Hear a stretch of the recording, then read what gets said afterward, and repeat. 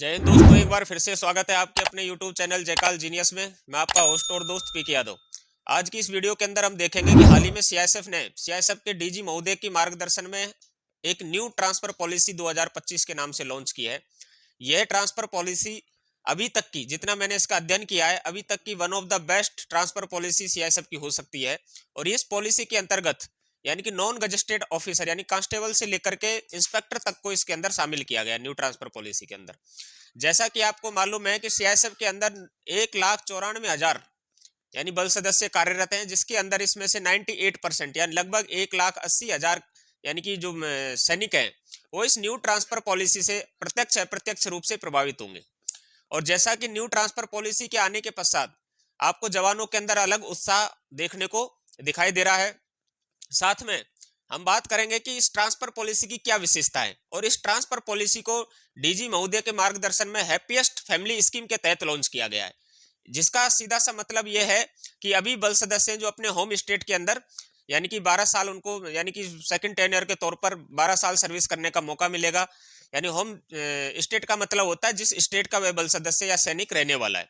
तो इससे क्या होगा कि बल सदस्य जो अपने घर के नजदीक रहेगा और घर के नजदीक रहते हुए अपने यानी कि जो सामाजिक जो कर्तव्य हैं या फैमिली के प्रति जो कर्तव्य उनको ढंग से निष्पादित कर पाएगा। साथ ही साथ इनमें इसमें क्या है कि जो पोस्टिंग का जो टेन्योर है वो चार यानी भागों के अंदर में डिवाइड किया गया है। तो हम अभी क्या करेंगे कि उन चार भागों का सबसे पहले जो बेसिक यानी कि जो इस ट्रांसफर पॉलिसी के जो रूल है यानी कि जो सभी पर लागू होते हैं, ठीक है, उसके बारे में पहले चर्चा करेंगे। फिर बात करेंगे एयरपोर्ट सेक्टर में कार्यरत कर्मचारियों के लिए।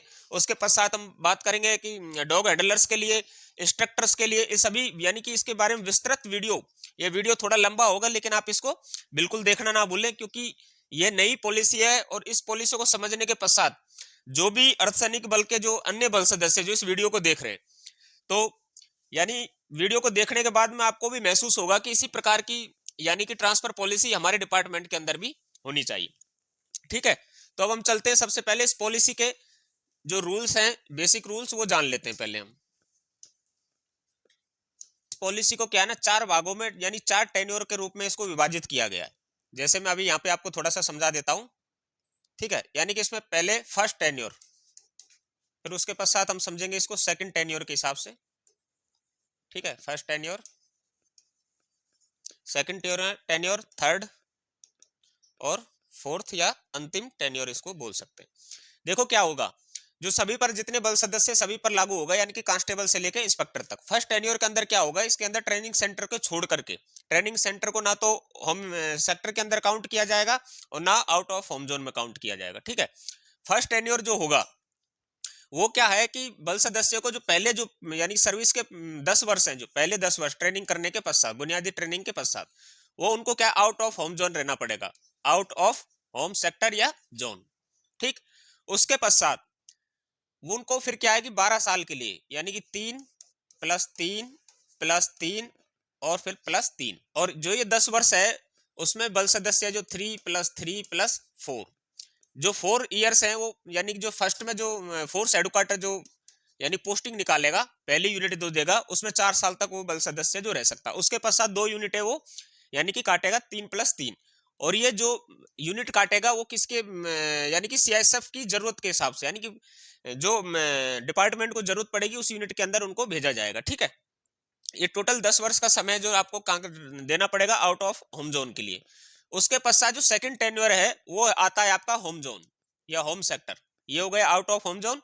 उसके अंदर क्या होगा, आपसे 10 चॉइस के यानी डिस्ट्रिक्ट भरवाए जाएंगे जिसके अंदर सीआईएसएफ तैनात है। तो आपके घर के नजदीक जो 10 डिस्ट्रिक्ट हैं आपके आसपास के ऑल इंडिया लेवल पर, ऐसा नहीं है कि आप मान लीजिए उत्तर प्रदेश के तो आपको उत्तर प्रदेश के ही डिस्ट्रिक्ट भरने पड़ेंगे, ऐसा कोई इसमें यानी कोई बाध्यता नहीं है। आप राजस्थान का भी भर सकते हो, अगर राजस्थान के डिस्ट्रिक्ट आपके नजदीक पड़ रहे हैं, एमपी के पड़ रहे हैं तो एमपी भर सकते हो। इस प्रकार से आपकी सुविधा के अनुसार कोई भी 10 डिस्ट्रिक्ट आप भर सकते हो। वो क्या है, आपका होम सेक्टर के अंदर होने चाहिए 10 के 10 डिस्ट्रिक्ट। इसमें यूनिट का सिस्टम नहीं है कि 10 यूनिटें नहीं भर सकते, 10 डिस्ट्रिक्ट भरना है आपको, क्योंकि कई डिस्ट्रिक्टों में क्या 3-3 4-4 जगह सीआईएसएफ जो डिप्लॉयड है, तो आपको 10 डिस्ट्रिक्ट भरने पड़ेंगे, डिस्ट्रिक्ट हेडक्वार्टर। तो उसके अंदर जो फर्स्ट टेन्योर होगा वो 3 वर्ष का होगा, यानी जो सेकंड टेन्योर के अंदर फर्स्ट यूनिट का, सेकंड यूनिट, थर्ड यूनिट और फोर्थ यूनिट, प्रत्येक में आपसे 10-10 चॉइस है जो यूनिट कंप्लीट होने के पश्चात में भरवाई जाएंगी। जो आपका थर्ड टेन्योर होगा ये वापस से फिर कौन सा होगा, आउट ऑफ होम सेक्टर। ठीक है, इसके अंदर क्या होगा, इसके अंदर होगा आपका दोबारा से आपको 6 वर्ष के लिए कहां जाना पड़ेगा, आउट ऑफ होम सेक्टर जाना पड़ेगा। ठीक है, इसका भी टेन्योर 3+3 यानी कि 2 यूनिटें होंगी। एक यूनिट है जो आपको डिपार्टमेंट देगा और दूसरी में आप अपनी चॉइस है जो भर करके दे सकते हैं।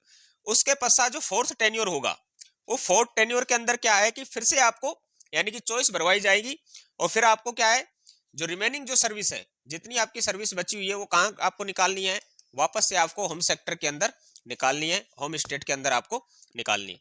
और इसमें भी एक और प्रावधान है, यानी कि फोर्स मेंबर का 2 वर्ष, अंतिम 2 वर्ष है सुपर एनुएशन से पहले के, ठीक है, या फिर वो वीआरएस लेना चाहता है, तो वो 2 वर्ष है जो आपको कहां रखा जाएगा, आपकी चॉइस पोस्टिंग में रखा जाएगा। ठीक है, इस चॉइस में क्या है, पहले 10 चॉइस यूनिट मांगी जा रही थी, अभी आपसे 3 मांगी जाएंगी। ठीक है, तो आपको उन 3 में से एक है जो आपको वैकेंसी के अनुसार है जो अलॉट कर दी जाएगी। ये तो है एक नॉर्मल व्यक्ति के लिए। अभी बोलोगे सर बाकी ट्रेड्समैन के लिए क्या है, तो ट्रेड्समैन के लिए क्या है कि उनके लिए 10 वर्ष पहले कहां रहना पड़ेगा, आउट ऑफ होम जोन रहना पड़ेगा। उसके पश्चात उनको कहां दे दिया जाएगा, होम जोन दे दिया जाएगा, यानी होम सेक्टर में उनको डिप्लॉयड कर दिया जाएगा। उनका भी वही है कि उनसे फिर से चॉइस फॉर्म भरवाया जाएगा। ठीक है, ये किन के लिए, ट्रेड्समैन के लिए। अब बात करें हम यहां पर डॉग हैंडलर की। ठीक है, डॉग हैंडलर के लिए क्या है, यानी कि 4+1, ठीक है, और 4+1 ये 10 वर्ष हैं जो उनको आउट ऑफ होम सेक्टर में रखा जाएगा। उसके पश्चात फिर उनको कहां ले लिया जाएगा, यानी कि होम सेक्टर में। और जो इनका जो टेन्योर है ना, वो अभी मुझे लग रहा है कि इनका हाफ टेन्योर यानी 50% है जो कहां काउंट होगा, आउट ऑफ होम सेक्टर के अंदर काउंट होगा। ठीक है, डॉग हैंडलर का। उसके पश्चात फिर हम आ जाते हैं इंस्ट्रक्टर के लिए क्या पॉलिसी है। ठीक है, किसके लिए, इंस्ट्रक्टर के लिए, जो यानी कि प्रशिक्षण केंद्रों के अंदर जो उस्ताद होते हैं, या फिर उनको क्या बोलते हैं, इंस्ट्रक्टर या प्रशिक्षक। उनके लिए क्या रूल है, उनके लिए रूल है, एक तो यह कि इंस्ट्रक्टर बनने से पहले उनको क्या कि 6 वर्ष के लिए कहां तैनात किया जाएगा, फील्ड ड्यूटी के अंदर तैनात किया जाएगा। फील्ड ड्यूटीज के अंदर उनको क्या है, तैनात किया जाएगा, जिससे उनको क्या है, फील्ड की ड्यूटी का ज्ञान हो। ड्यूटी के ज्ञान होने के पश्चात उनको कहां डिप्लॉयड किया जाएगा, यानी प्रशिक्षण केंद्र के अंदर डिप्लॉयड किया जाएगा। और एक प्रशिक्षण केंद्र के अंदर यानी कि जो इंस्ट्रक्टर है वो 4 वर्ष तक रह सकता है। और यदि मान लीजिए प्रशासन को उनकी आवश्यकता है तो इसको 1 वर्ष बढ़ाया जा सकता है, यानी टोटल 5 वर्ष एक प्रशिक्षण केंद्र के अंदर रह सकता है। और टोटल सर्विस यानी कि 10 वर्ष तक ऑल इंडिया लेवल पर यानी कि प्रशिक्षण केंद्रों के अंदर वो कार्यरत रह सकता है। और इसमें एक चीज और है, मान लीजिए वह इंस्ट्रक्टर है जो होम सेक्टर के अंदर किसी प्रशिक्षण केंद्र में अपनी सेवा दे रहा है, तो उसका 50% जो सेवा अवधि है जो किसके अंदर काउंट की जाएगी, आउट ऑफ होम सेक्टर के अंदर काउंट की जाएगी। ठीक है, तो ये किन के लिए हो गया, इंस्ट्रक्टर्स के लिए हो गया। इसके पश्चात हम ले लेते हैं लेडी ऑफिसर्स के लिए क्या नियम है। तो लेडी ऑफिसर्स के लिए पहले जो सेवा के 6 वर्ष हैं वो कहां रहना पड़ेगा, वो out of home sector service देनी होगी। उसके पश्चात उनको क्या है कि आउट ऑफ होम सेक्टर के पश्चात 6 वर्ष के पश्चात इनको कहां भेजा जाएगा, यानी होम सेक्टर में इनको डिप्लॉयड कर दिया जाएगा। ठीक है, अब एक केस बनता है कौन सा, यानी कपल केसेज का मतलब कि दोनों हस्बैंड वाइफ हैं जो सीआईएसएफ के अंदर हैं। तो उस केस में क्या होगा, उस केस में दोनों हस्बैंड वाइफ को यानी कि एनजीओ यदि है, एनजीओ मतलब अप टू इंस्पेक्टर रैंक तक के हैं, तो उनको एक यूनिट में रखने की कोशिश की जाएगी। अगर मान लीजिए कि एक यूनिट में नहीं रख पाए किसी कारणवश, तो उन्हें किसी पास की यानी यूनिट में डिप्लॉयड कर दिया जाएगा। ठीक है, जहां तक कोशिश होती है डिपार्टमेंट की कि एक ही यूनिट में रखा जाए, पहली कंडीशन। ये तो है एनजीओ के संबंध। यदि कोई दोनों में से हस्बैंड वाइफ में से कोई एक यानी गजेस्टेड ऑफिसर है, जीओज है, तो जीओज है तो क्या होगा, तो इन दोनों को एक यूनिट तो मिल सकती है। लेकिन यदि दोनों ही जीओज हैं, हस्बैंड और वाइफ दोनों ही जीओज हैं, तो उस कंडीशन में क्या है कि उनको एक यूनिट के अंदर नहीं रखा जाएगा। ठीक है, तो ये तो हो गया लेडी ऑफिसर के संबंध में। ठीक है, अब सर एयरपोर्ट सेक्टर के लिए क्या रूल है। एयरपोर्ट सेक्टर का जो टोटल टेन्योर रखा गया है एपीएस सेक्टर का, वो रखा गया 12 वर्ष। कितना, 12 वर्ष। अब 12 वर्ष में क्या है कि एपीएस 1 में रहना होगा, एपीएस 1 एंड एपीएस 2। ठीक है, एपीएस 1 के अंदर आपको 6 वर्ष सेवा देनी है और एपीएस 2 के अंदर भी आपको 6 वर्ष सेवा देनी है। इधर रूल आपके लिए 3+3 का होगा, यानी पहले 3 साल है जो आपको गवर्नमेंट की चॉइस पर जाना पड़ेगा, और पिछले जो 3 साल है वो आप अपनी चॉइस से जा सकते हैं। APS 2 में भी ऐसा ही होगा, 3+3 का यानी कि रूल होगा, टोटल 12 वर्ष है जो आपको एयरपोर्ट सेक्टर के अंदर रखा जाएगा।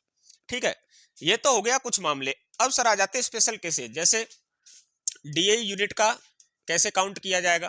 तो DAE यूनिट है, DAE DOS के लिए क्या रूल है, DAE DOS के लिए ये रूल है, जैसे मान लीजिए कि कोई DAE यूनिट गुजरात के अंदर है। अब गुजरात किस सेक्टर के अंदर आता है, यदि यह बल सदस्य के होम सेक्टर के अंदर आएगा तो इसको होम सेक्टर में काउंट किया जाएगा, आउट ऑफ होम सेक्टर में आएगा तो इसको आउट ऑफ होम सेक्टर के अंदर उस बल सदस्य के सर्विस में जोड़ा जाएगा। मान लेता हूं मैं कोई व्यक्ति कलपक्कम में है, तो उसको ये तो काउंट हो जाएगा किसके अंदर, यानी कि वेस्टर्न सेक्टर के अंदर। ठीक है, कलपक्कम में है तो इसको साउथ सेक्टर के अंदर इसको काउंट कर लिया जाएगा। तो इस प्रकार से एक विस्तृत यानी कि ट्रांसफर पॉलिसी बनाई गई है, और इसमें पारदर्शिता बहुत अच्छी रखी गई है। और जो हमारे ऑफिसर्स हैं, जो CISF के जो सीनियर ऑफिसर्स हैं, उन्होंने रात दिन मेहनत करके इस पॉलिसी को लागू करने में अहम भूमिका निभाई है। और जो कि DG महोदय का योगदान तो इसमें अहम है ही है, क्योंकि उन्हीं के निर्देशन में, उनके मार्गदर्शन में इस पूरी पॉलिसी को यानी कि रिव्यू किया गया और इसको दोबारा से लागू किया गया। और जैसे ट्रांसफर पॉलिसी की घोषणा हुई तो विद इन 2-3 वीक्स के अंदर ही जो 2 वर्ष जिनकी सेवाएं जो बाकी रह गई थी उनकी ट्रांसफर यानी लिस्टें जो जारी कर दी गई। उसके पश्चात जो भी बल सदस्यों के लिए जो ट्रांसफर पॉलिसी जो बनाई गई थी उनकी चॉइस फॉर्म भरवा लिए गए हैं, और मुझे लग रहा है कि 2 या 3 वीक्स के अंदर ही उनकी पोस्टिंग है जो दे दी जाएगी। इसमें हमारे जो जितने सीनियर अधिकारी इस पोस्टिंग यानी ट्रांसफर पॉलिसी को बनाने में जो शामिल रहे उनका अहम योगदान रहा। उन्होंने रात दिन बिना किसी यानी कि परवाह किए हुए अपना रात दिन एक करके इस ट्रांसफर पॉलिसी को बनाने में अहम योगदान दिया है। और सभी बल सदस्य उन सीनियर्स अधिकारी के लिए बहुत ही आभारी हैं जिन्होंने इसको लॉन्च किया और इसको यानी कि सफल रूप से, इसको प्रभावी रूप से, सफल रूप से इसको यानी कि लागू करवाने की यानी कि कोशिश जिन अधिकारियों ने की उनके लिए। ठीक है, अब सर ये तो हो गया DAE DOS यूनिट के लिए। कुछ एक मैं यहाँ पर बता देता हूँ, शॉर्ट में बता देता हूँ क्योंकि वीडियो काफी लंबी हो जाएगी। तो अब मैं बता देता हूं, जैसे कि डेपुटेशन बेस, डेपुटेशन के अंदर क्या किया जाएगा, मैं थोड़ा सा यहाँ पे ब्रीफ करता हूं। डेपुटेशन के अंदर कोई व्यक्ति यदि चॉइस पर डेपुटेशन गया है उसका अलग आधार बनाया जाएगा। और मान लीजिए कि चॉइस बेस पर नहीं गया है, किसी डिपार्टमेंट की वजह से, जरूरत के हिसाब से अगर वो व्यक्ति गया है तो जिस सेक्टर डिपार्टमेंट में डेपुटेशन गया है वहां से बल सदस्य लिखवा के लाएगा या मेंशन करवा के लाएगा कि वह बल सदस्य किस स्टेट के अंदर रहा और वो स्टेट है जो किस सेक्टर के अंदर हमारे CISF सेक्टर के अंदर पड़ेगा, उस हिसाब से उसकी कैलकुलेशन की जाएगी। ठीक है, तो इस प्रकार से डेपुटेशन का मामला हो गया। ठीक, अब इसके अलावा मुझे लग रहा है कि और तो कुछ बचा नहीं है।